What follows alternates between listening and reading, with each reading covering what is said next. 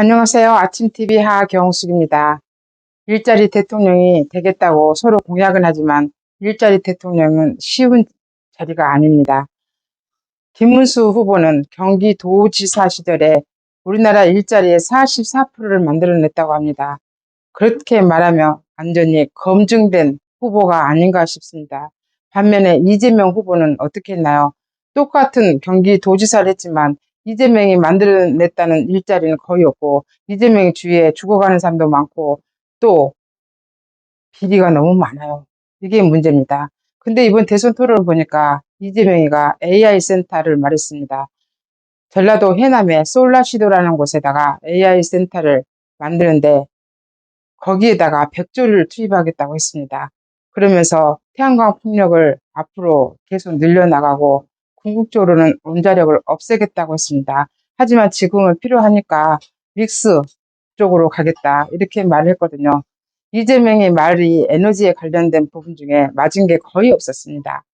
유럽은 현재 재생에너지로 다 바꾸고 있다고 하는데요. 반대입니다.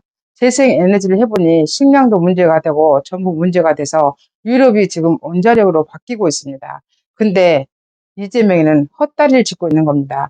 이재명과 에너지에 대한 관련 부분을 전문가가 아닌 환경단체들의 조언을 받고 있다는 거 확실히 드러나고 있습니다. 그래서 문제다 그겁니다. 일자리 대통령은 아무나 하는 게 아닙니다.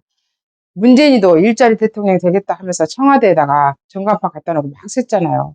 그런데 그게 꽝이었잖아요. 그러니까 슬그머니 없애버렸거든요. 당시 서울시장이 박원순이었는데 박원순이는 어떤 짓까지 한지 아세요? 단기 일자리 모집을 했어요. 태양광에 대해서 6개월짜리. 그리고 한 달에 200만 원 주겠다 해서 그 사람들을 뽑아서 무슨 짓을 했냐. 가가호 집집마다 방문하게 해서 태양광 설치를 종용을 했습니다. 그런 자리를 만든 겁니다.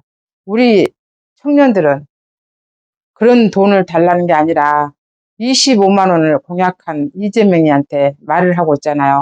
우리한테는 25만 원의 돈이 아니라 매달 받을 수 있는 250만 원을 받을 수 있는 일자리가 필요하다 이렇게 말하고 있잖아요. 근데 그 말을 못 알아듣고 있는지 능력이 안 되는 건지 딴소리를 하고 있습니다. 반면 원자력은 어떻게 됐을까요? UAE에 원자력 수출했잖아요. 그 수출한 UAE에 우리나라 직원들이 파견 나갔습니다. 연봉이 3억이었습니다. 일자리는 거의 10배 수준이 나는 것 같습니다.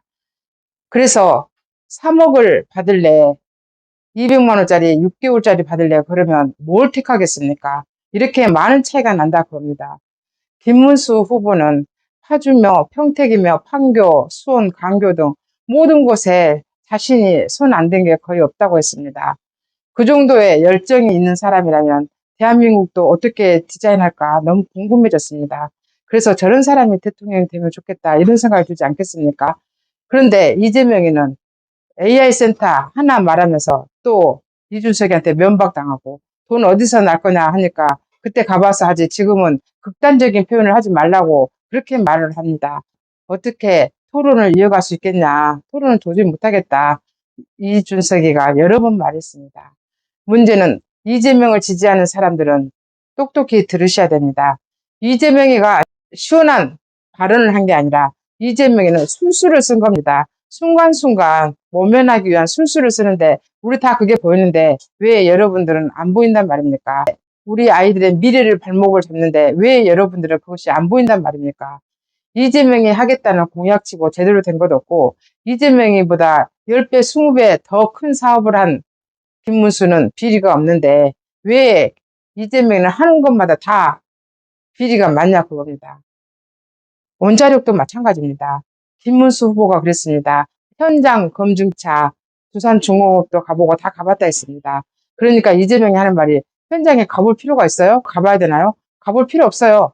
하면서 이야기를 했습니다. 이런 사람이 어떻게 공약을 내고 이런 사람이 어떻게 대통령이 될 수 있겠습니까? 현장에 가보고 현장의 소리를 똑바로 들어야 제대로 된 말을 할 수 있습니다. 근데 이재명은 딴소리를 했습니다.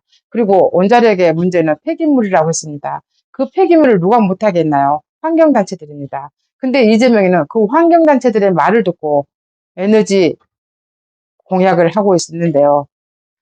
에너지 공약을 하려면 전문가 말을 들어야지. 환경단체가 왜 에너지 공약을 만드냐고. 이거 자체가 문제 아닙니까?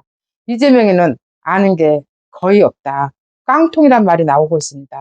우리나라 에너지들이 그렇게 많이 있는데 유일하게 국산 에너지는 원자력밖에 없습니다. 전부 수입하고 있거든요.